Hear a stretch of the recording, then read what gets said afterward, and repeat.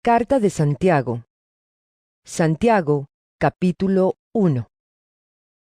Santiago, siervo de Dios y del Señor Jesucristo, a las 12 tribus que se hallan dispersas por el mundo, saludos.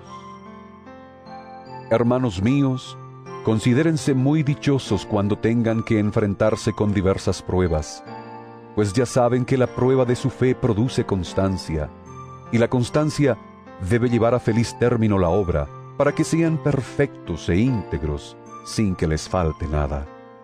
Si a alguno de ustedes le falta sabiduría, pídasela a Dios, y Él se la dará, pues Dios da a todos generosamente, sin menospreciar a nadie. Pero que pida con fe, sin dudar, porque quien duda es como las olas del mar, agitadas y llevadas de un lado a otro por el viento. Quien es así, no piense que va a recibir cosa alguna del Señor. Es indeciso e inconstante en todo lo que hace. El hermano de condición humilde debe sentirse orgulloso de su alta dignidad, y el rico de su humilde condición. El rico pasará como la flor del campo. El sol, cuando sale, seca la planta con su calor abrasador. A ésta se le cae la flor y pierde su belleza. Así se marchitará también el rico en todas sus empresas. Dichoso el que resiste la tentación, porque al salir aprobado recibirá la corona de la vida que Dios ha prometido a quienes lo aman. Que nadie al ser tentado diga, es Dios quien me tienta, porque Dios no puede ser tentado por el mal, ni tampoco tienta a Él a nadie. Todo lo contrario, cada uno es tentado cuando sus propios malos deseos lo arrastran y seducen. Luego, cuando el deseo ha concebido, engendra el pecado, y el pecado, una vez que ha sido consumado, da a luz la muerte. Mis queridos hermanos, no se engañen. Toda buena dádiva y todo don perfecto descienden de lo alto, donde está el Padre que creó las lumbreras celestes, y que no cambia como los astros, ni se mueve como las sombras. Por su propia voluntad nos hizo nacer mediante la palabra de verdad, para que fuéramos como los primeros y mejores frutos de su creación. Mis queridos hermanos, tengan presente esto. Todos deben estar listos para escuchar y ser lentos para hablar y para enojarse, pues la ira humana no produce la vida justa que Dios quiere. Por esto, despójense de toda inmundicia y de la maldad que tanto abunda, para que puedan recibir con humildad la palabra sembrada en ustedes, la cual tiene poder para salvarles la vida. No se contenten solo con escuchar la palabra, pues así se engañan ustedes mismos. Llévenla a la práctica. El que escucha la palabra pero no la pone en práctica, es como el que se mira el rostro en un espejo y, después de mirarse, se va y se olvida enseguida de cómo es. Pero quien se fija atentamente en la ley perfecta que da libertad y persevera en ella, no olvidando lo que ha oído, sino haciéndolo, recibirá bendición al practicarla. Si alguien se cree religioso, pero no le pone freno a su lengua, se engaña a sí mismo, y su religión no sirve para nada. La religión pura y sin mancha delante de Dios nuestro Padre es esta: atender a los huérfanos y a las viudas en sus aflicciones, y conservarse limpio de la corrupción del mundo. Santiago, capítulo 2. Hermanos míos, la fe que tienen en nuestro glorioso Señor Jesucristo no debe dar lugar a favoritismos.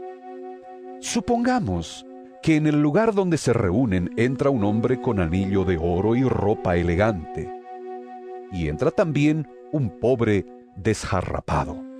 Si atienden bien al que lleva ropa elegante y le dicen, siéntese usted aquí, en este lugar cómodo, pero al pobre le dicen, quédate ahí de pie, o siéntate en el suelo a mis pies, ¿acaso no hacen discriminación entre ustedes, juzgando con malas intenciones?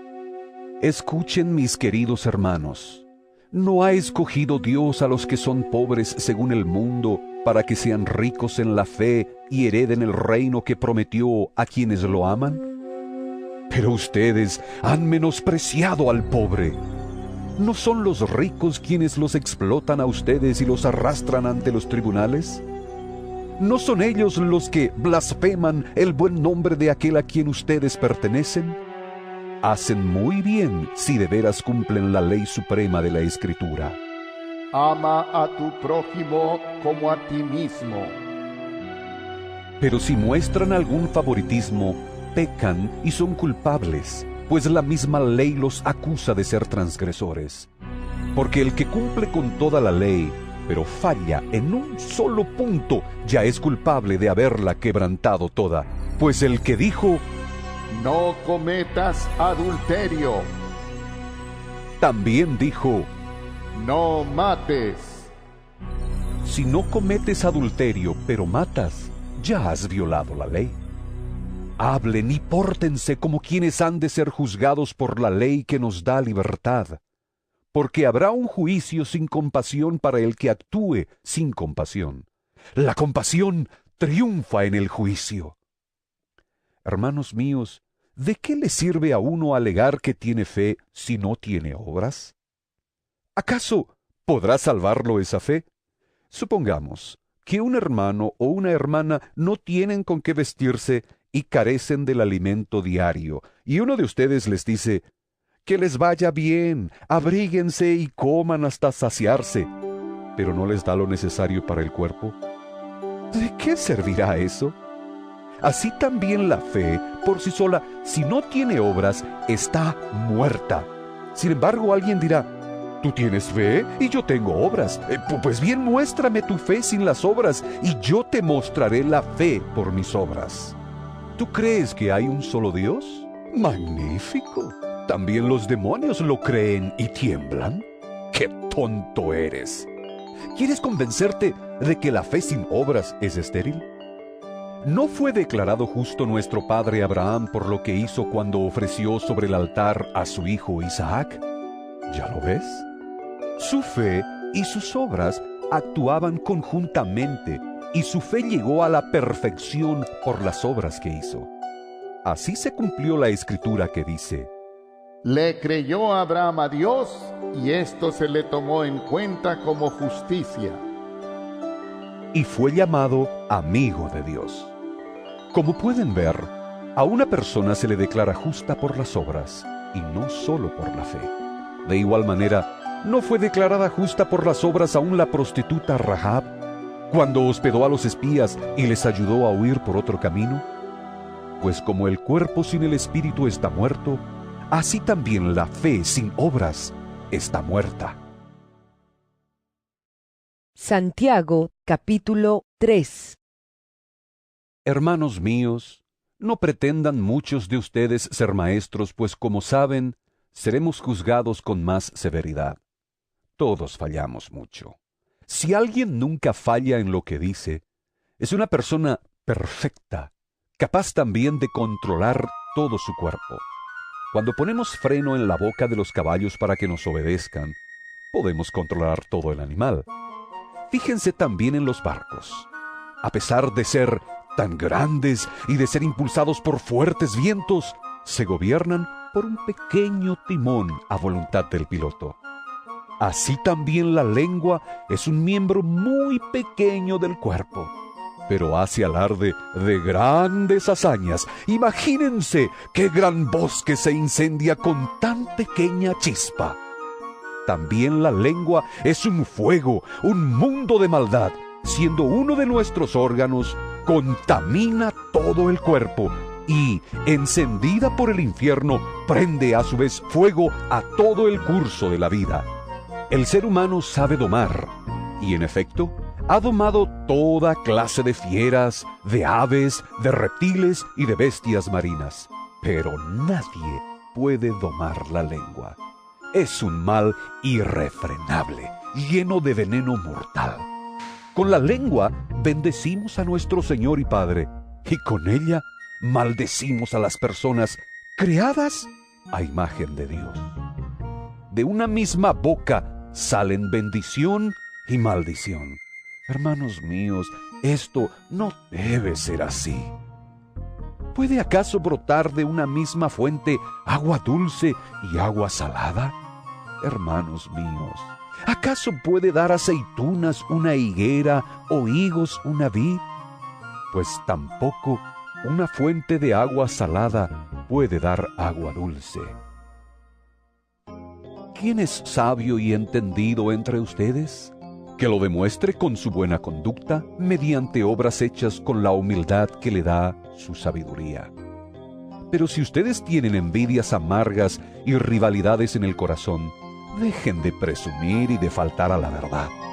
Esa no es la sabiduría que desciende del cielo, sino que es terrenal, puramente humana y diabólica.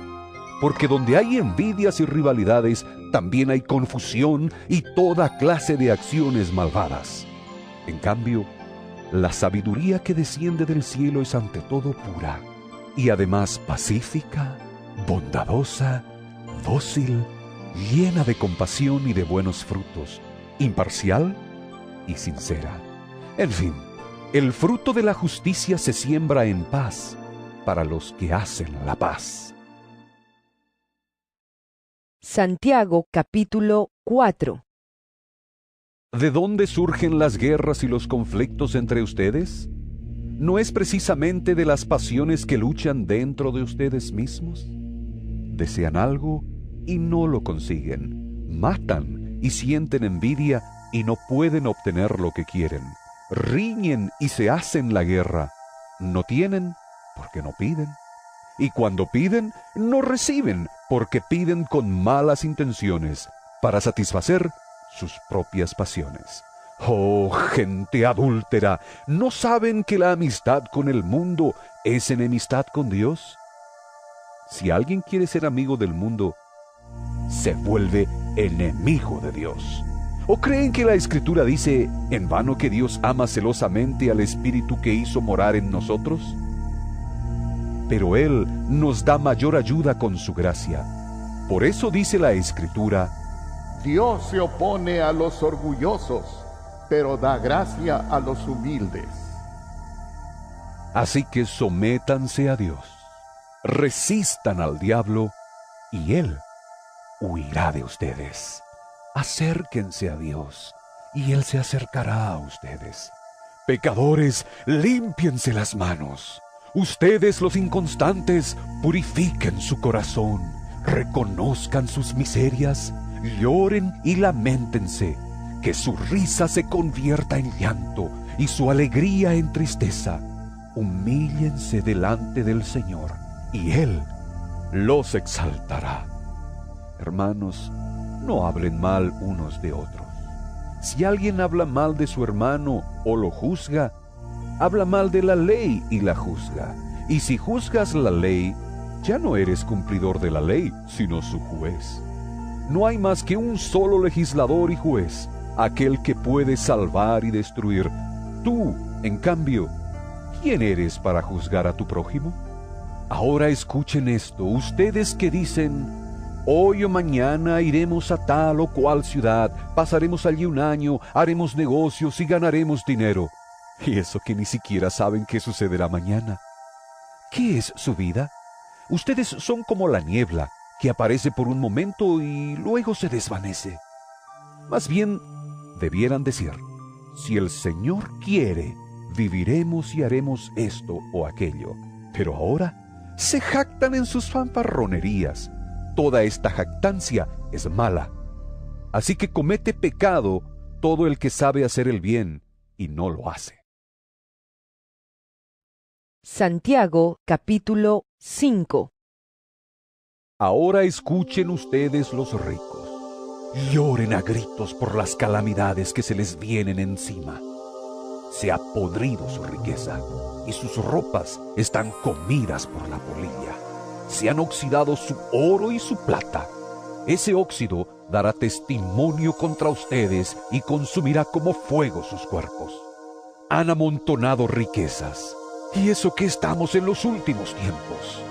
Oigan cómo clama contra ustedes el salario no pagado a los obreros que les trabajaron sus campos.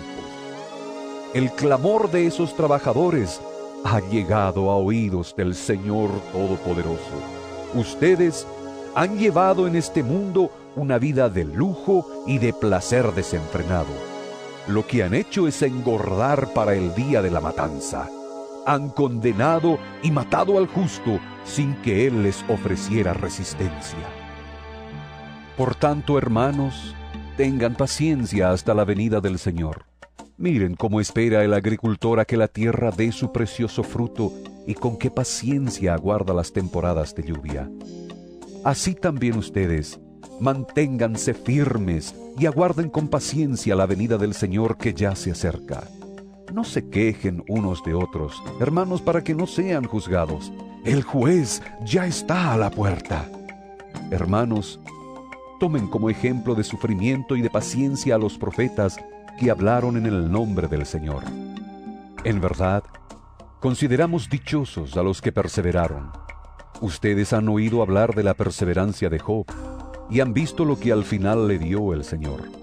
Es que el Señor es muy compasivo y misericordioso. Sobre todo, hermanos míos, no juren ni por el cielo, ni por la tierra, ni por ninguna otra cosa. Que su sí sea sí y su no, no, para que no sean condenados. ¿Está afligido alguno entre ustedes? Que ore. ¿Está alguno de buen ánimo? Que cante alabanzas. ¿Está enfermo alguno de ustedes? Haga llamar a los ancianos de la iglesia para que oren por él y lo unjan con aceite en el nombre del Señor. La oración de fe sanará al enfermo y el Señor lo levantará, y si ha pecado, su pecado se le perdonará. Por eso, confiésense unos a otros sus pecados, y oren unos por otros, para que sean sanados. La oración del justo es poderosa y eficaz. Elías era un hombre con debilidades como las nuestras. Con fervor oró que no lloviera, y no llovió sobre la tierra durante 3 años y medio. Volvió a orar, y el cielo dio su lluvia, y la tierra produjo sus frutos. Hermanos míos, si alguno de ustedes se extravía de la verdad, y otro lo hace volver a ella, recuerden que quien hace volver a un pecador de su extravío, lo salvará de la muerte, y cubrirá muchísimos pecados.